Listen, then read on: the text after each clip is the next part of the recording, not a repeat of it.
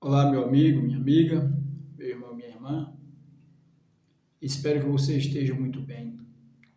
Hoje nós vamos falar sobre o renascimento. Jesus disse que quem não nasce de novo não pode entrar no reino de Deus. E, no caso, quando disse para Nicodemos então perguntou para Jesus: Mas, mestre, como posso eu nascer de novo sendo já velho? Jesus então respondeu para ele: Nicodemos, o que é nascido da carne é carne, o que é nascido do espírito é do espírito. Bom, essa explicação resolveu para você muita coisa já. Você já sabe realmente o que significa nascer de novo. E se quem não nascer de novo não pode ver o reino de Deus, você realmente já renasceu, já nasceu de novo. Ô meu prezado, minha prezada, é preciso nascer de novo. Então, o que significa nascer de novo e como nascer novamente? Bom, claro que não vai se entrar novamente na barriga do pai na barriga da mãe. Também foi dito que é necessário que nos últimos tempos o homem ressuscite. Ressurreição também é compatível, é semelhante ao renascimento.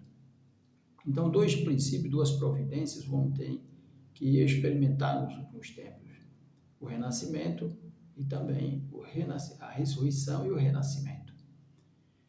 Bom, muitas pessoas pensam, não, esse renascimento vai ser um milagre que Deus vai fazer na vida do ser humano, daquele que acreditar, daquele que estiver com Cristo.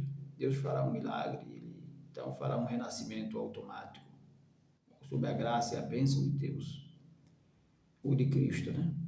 E a ressurreição também vai ser outra graça oferecida também gratuitamente pelo poder de Deus, por Deus com seu poder, a sua graça. Entretanto, é importante que nós analisemos alguns detalhes. Vejam bem, a Bíblia diz que o salário do pecado é a morte. Então, quem comete o pecado? O homem.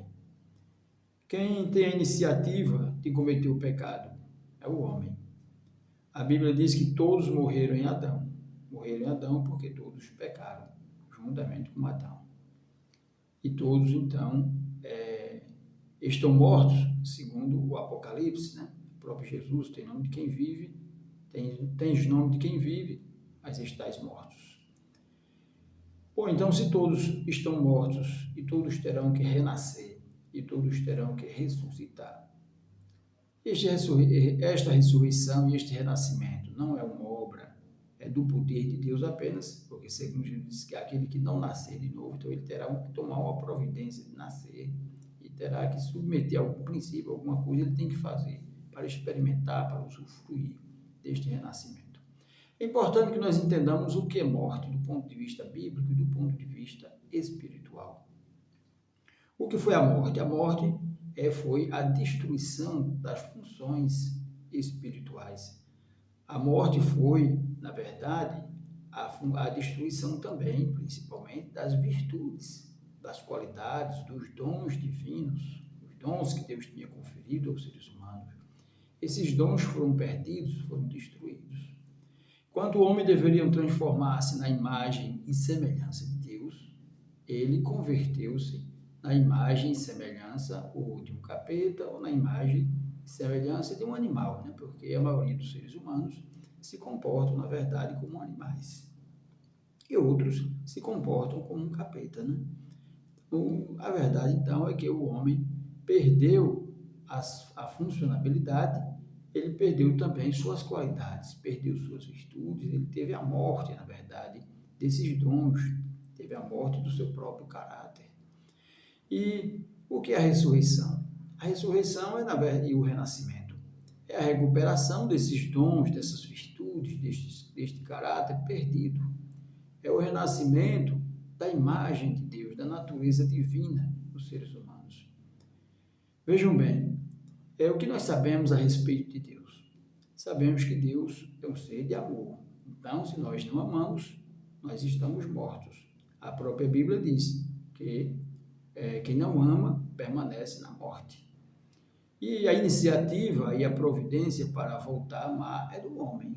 É a decisão do homem que tem a voltar a amar, desenvolver sua capacidade, suas habilidades para amar. Ou então, desta forma, nós temos que compreender mais detalhes, mais profundamente, que o renascimento vai também conferir ao homem a retribuição, a recuperação do caráter divino, da natureza divina e dos dons perdidos com a queda. Bom, que nós sabemos também que Deus, ele é um ser de emoção, intelecto e vontade, porque nós possuímos estas três funções de nossas mentes. Em algumas pessoas, em quase todas elas, desativadas estas funções. Algumas pessoas não possuem emoção, elas são frias, completamente insensíveis, indiferentes a tudo e a todos.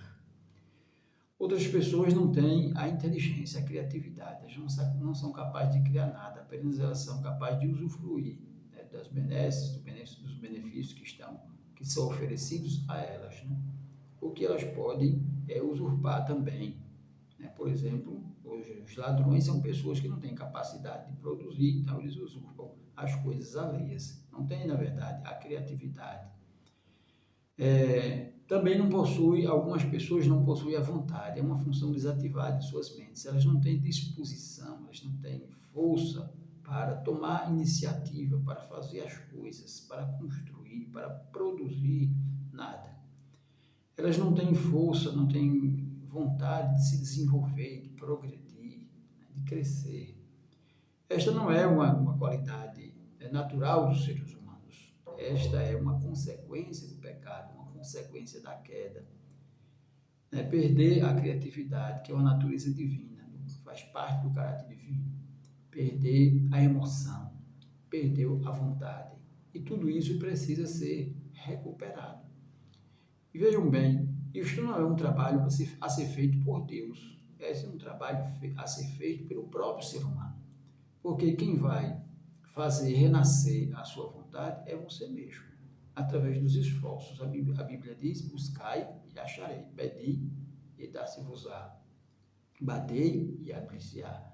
Então,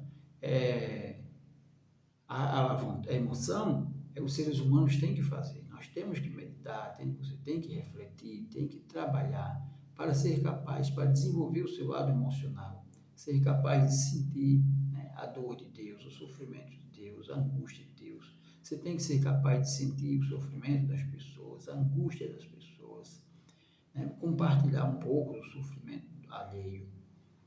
Você tem que sentir a própria angústia da natureza. Vejam bem, o apóstolo Paulo chegou a sentir a angústia da natureza. Ele disse em Romanos 8, 23, se não me engano, que a criação geme e chora como se estivesse com dores de parto, aguardando ansiosamente a manifestação dos filhos de Deus.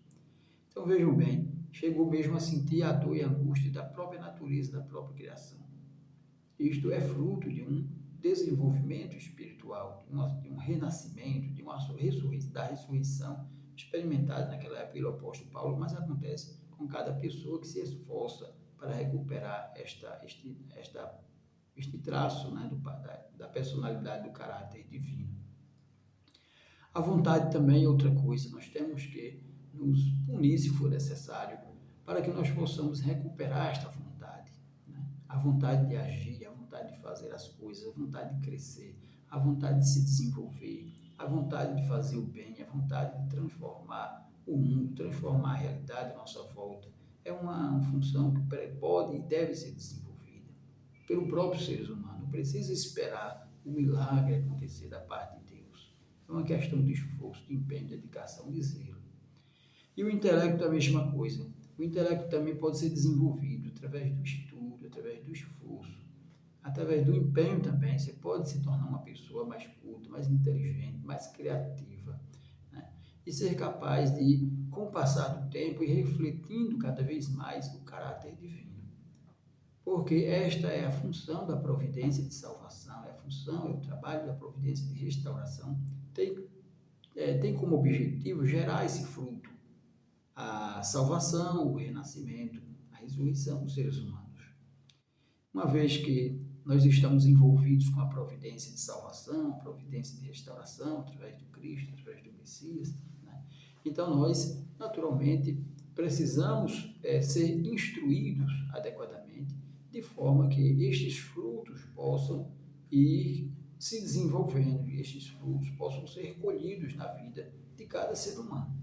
É assim que a providência de Deus alcança seu objetivo, sua finalidade.